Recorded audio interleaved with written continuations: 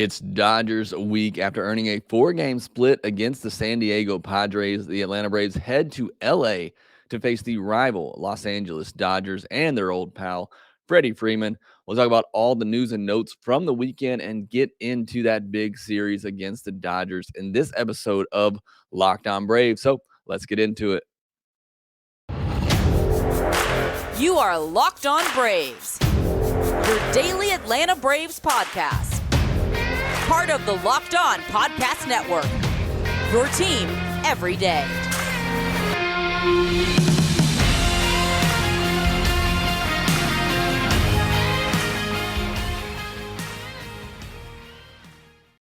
Hey, and welcome back to Locked On Braves, part of Locked On Sports Atlanta, where we cover your favorite Atlanta sports teams every day. I'm your host, Jake Mastroianni. You can follow me on Twitter at shortstopball. Check out my bio there to see where I am covering the game of baseball, including the Atlanta Braves in written form over at tomahawktake.com. Also, make sure you follow the podcast on Twitter at LockedOn_Braves and subscribe to the Locked On Braves podcast wherever you get your podcast so that you get notified every time we post a new episode. Please subscribe to us on YouTube as well. It really does help support the show, especially if you want to drop a comment down there. I always try to respond to every comment I see on the YouTube videos. And thanks for making Locked On Braves your first listen every day. We post episodes daily, 5 days a week, Monday through Friday, and are free and available on all platforms. Today's episode is brought to you by BetOnline. BetOnline has you covered this season with more props, odds, and lines than ever before. BetOnline, where the game starts.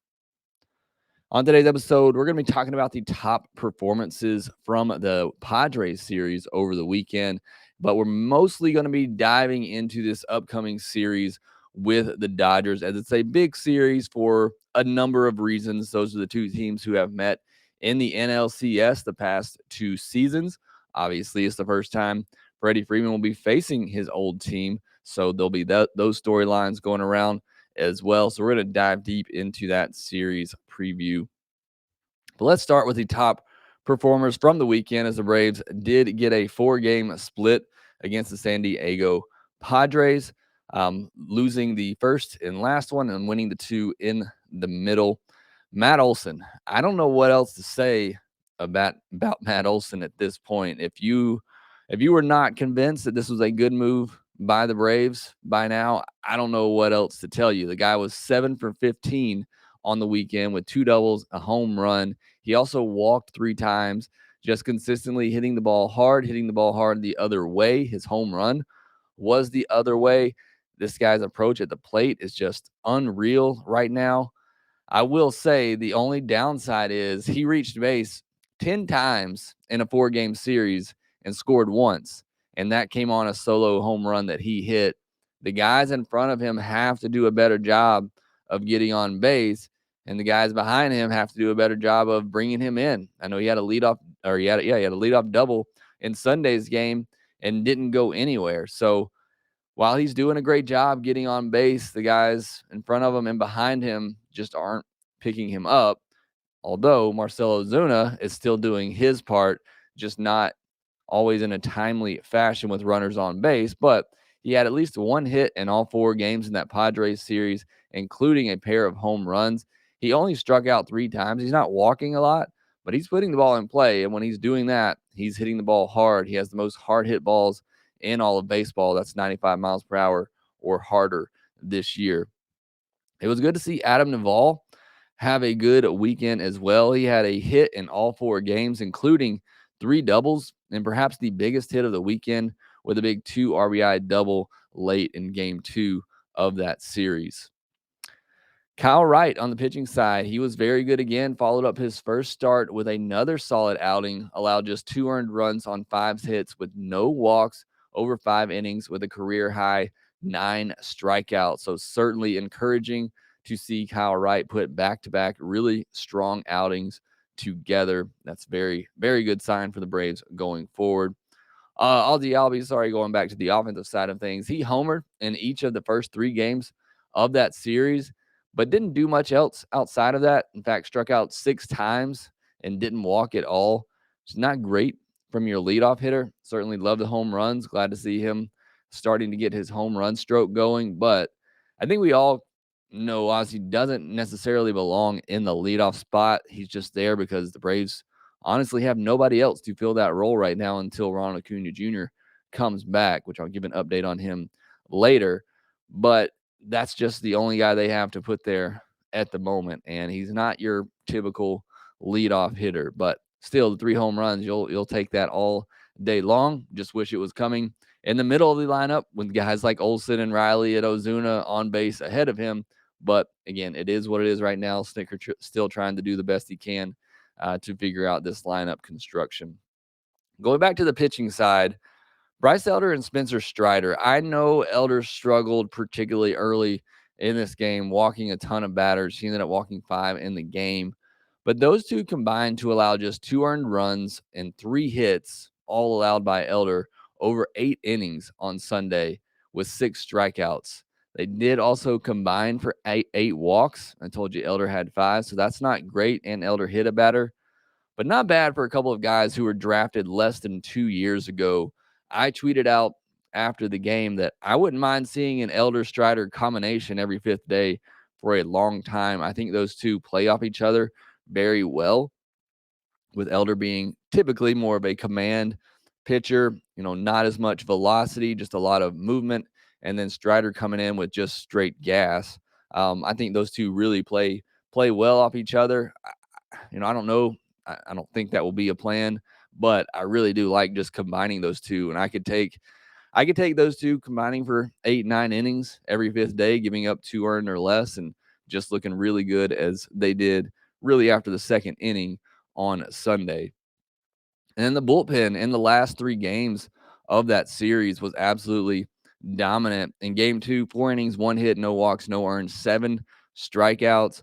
And Saturday's game, 3 1/3, 2 hits, no walks, 1 earned run, a solo home run given up by Will Smith, and 4 strikeouts.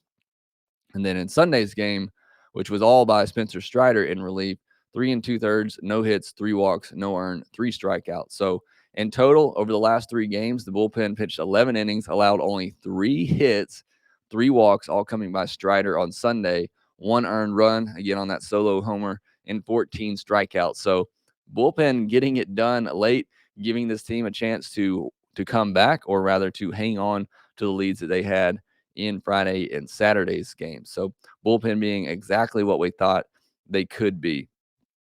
As far as those who are continuing to struggle for the Braves, Alex Dickerson, Eddie Rosario, and Dansby Swanson have yet to really get going, and it's really getting kind of hard to watch, particularly for Dansby and Rosario, who you're kind of counting on to be a big part of the lineup. Those two just do not have it right now, and it's tough to see, but hopefully they get going in LA. All right, next we'll start previewing this Dodgers and Braves series this week. Before we do that, let me tell you about BetOnline. BetOnline is your number one source for all your betting stats and sports info. Find all the latest sports developments, league reviews, and news, including this year's NBA playoffs and the start of Major League Baseball season. BetOnline is your continued source for all your sport wagering information, from live betting to playoffs, esports, and more. Head to the website today or use your mobile device to learn more about the trends in action. BetOnline, where the game starts. And so I do have a sick kid at home today as well. I wanted to mention, obviously, I've been battling a little bit of a cold myself, so hope you enjoy the car stickers that he has placed strategically on me today. But do want to bring you this Dodgers Braves series preview, as it is a big series, and me and Grant McCauley will be staying up late bringing you the postcast as well for all 3 of these games. The third game's an afternoon game, thankfully, but these first 2 will be really late for those on the East Coast. But let's take a look at what the Dodgers have done so far this season. Dodgers have lost their opening series to the Rockies on the road, had an off day. Braves have yet to have one of those. And then the Dodgers won 6 in a row, with 2 over the Twins and 4 over the Reds. None of the games were particularly close in any of those matchups. They've allowed more than 3 runs in a game just once this season. Freddie Freeman is tied for the team lead with 12 hits. along with Braves killer Trey Turner. Freddie is coming off a 4-hit game on Sunday as well. Gavin Lux and Chris Taylor are also out to good starts for the Dodgers, while Max Muncy, Justin Turner, and Mookie Betts have all struggled out of the gate. Hopefully that will continue. Keys for the Braves in this series for me, number one is just play with confidence. This is the team.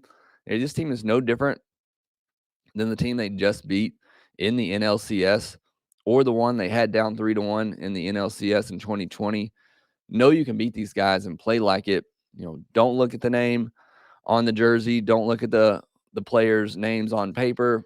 Don't let the moment get any bigger than it needs to be. It's a 3-game series in mid-April. And I know I'm playing it up here. I know the national media is going to play it up. It's a big deal. These are the two teams that have met in the NLCS the past 2 years. But as for the players, treat it no differently. And going there, knowing if you play your game, you can beat this team.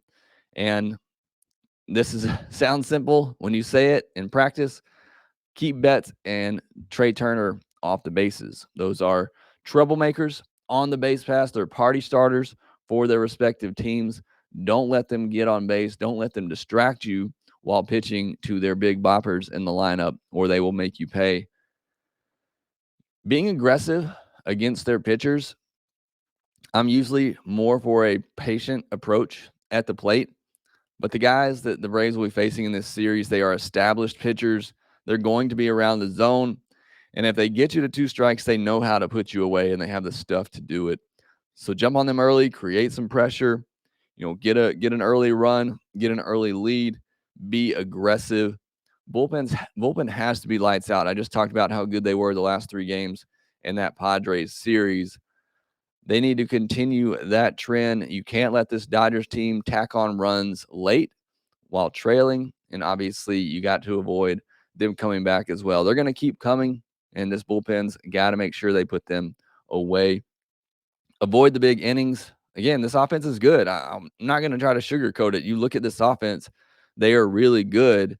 You got to avoid the big innings. You can't be giving up, multiple 2-run, 3-run innings to this Dodgers team. And let's have some clean first innings as well. It seems like the Braves pitchers are really struggling in the first innings here to start the season.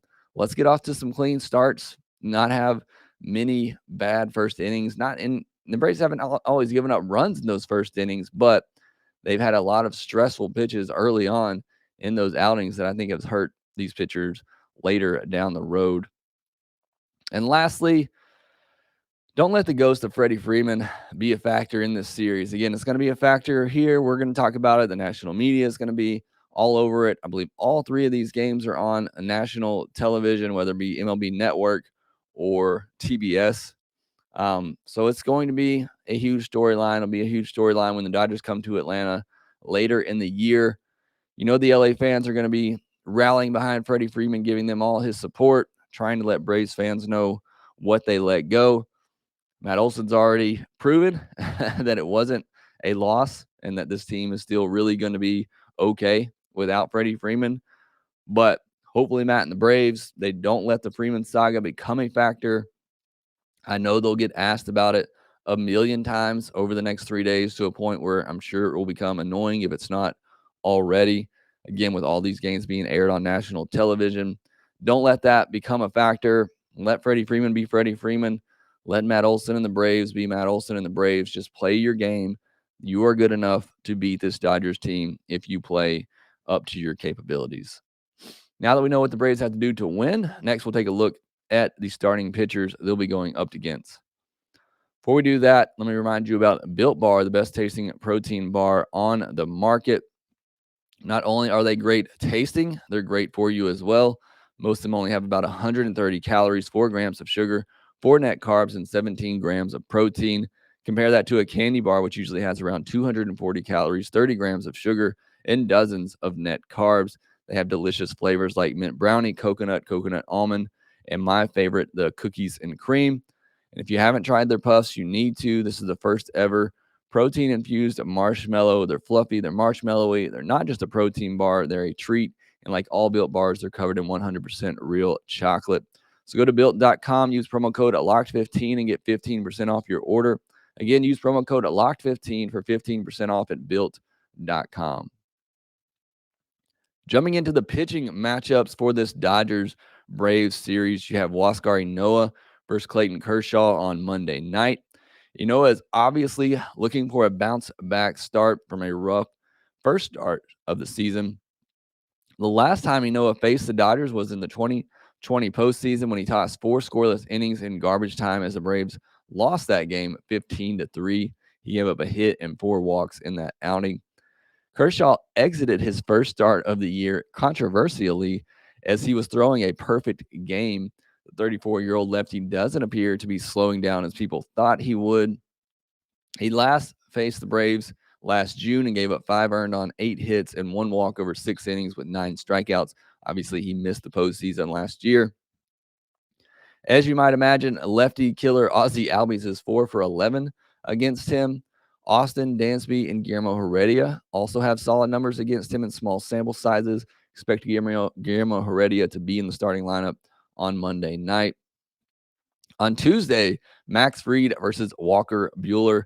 A very good pitching matchup there. Fried is due to have a start where things go his way. That has not been the case the first 2 games of this series. He faced the Dodgers 4 times last year and was 1 for 1 with a pair of no decisions.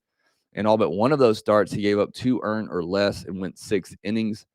The Turners, both Justin and Trey, have very good numbers against Max Fried, being right-handed hitters. Surprisingly, though, so do lefties Max Muncy and Cody Bellinger in small sample sizes. The Braves got to Walker Buehler last postseason as he exited before the 5th inning. Both times he faced Atlanta in the NLCS. But in a game last August, Buehler allowed just 2 earned on 4 hits and 2 walks over 7 innings with 5 strikeouts. Going off regular season numbers, nobody on this current Braves team has great success against Buehler over a big sample size. Riley is 2 for 3. And then in the finale on Wednesday afternoon, a 3:10 p.m. Eastern start, you have Charlie Morton going against Tony Gonsolin. Morton's eager to get back out there after his last start where he was just off to begin the game and then battled through 5 innings. He faced the Dodgers 3 times last year, gave up 2 earned or less in each of those starts, going at least 5 innings in all of those starts as well. Mookie Betts, Freddie Freeman, and Justin Turner all have good history against Morton with 10-plus at-bats against him.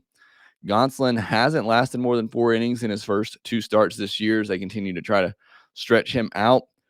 He only threw 62 pitches in his last inning. His last outing. He's been good when out there, allowing just 1 earned run on 8 hits and 4 walks over 7 innings with 5 strikeouts. He pitched out of the bullpen against the Braves in the postseason and allowed 5 earned on 5 hits and 1 walk in 4 innings with 4 strikeouts. In the 2020 postseason, he gave up 7 earned on 5 hits and 6 walks in 6 1/3 with 8 strikeouts against the Braves. Would obviously love to win this series, and I think the Braves certainly can, but they got to get at least one. Going on a West Coast trip against the Padres and Dodgers and coming home, with a 3-4 record, that's not the worst case scenario in the world. So got to win at least one of these games against the Dodgers. Would love a series win, considering we're 2 weeks into the year and the Braves still don't have one at this point. But that should be, goal number 1. Obviously, don't get swept against the Dodgers. Wednesday's game seems like the best shot to get a win.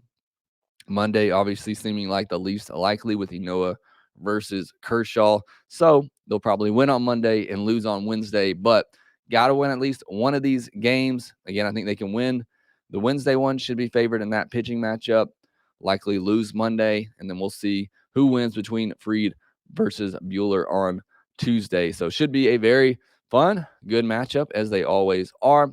Before we get out of here, wanted to give you an update on Ronald Acuna Jr. He's set to begin a rehab assignment on Tuesday, so tomorrow in Gwinnett, and the goal is to have him return for their first home series in May, which would be May the 6th. So we are just a little over 2 weeks away from Ronald Acuna Jr. potentially joining the Atlanta Braves lineup, which is much needed to get this offense going, setting up the table at the top of the lineup. So hopefully all goes well there, and we could see Acuna rejoin the Braves in just a couple of weeks.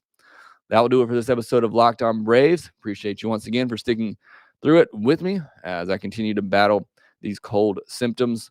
Be sure to follow us on Twitter at @Lockedon_Braves. You can follow me at ShortstopBall. Also, make sure you subscribe to the podcast wherever you get your podcast. Subscribe to us on YouTube as well, and we will talk to you next time.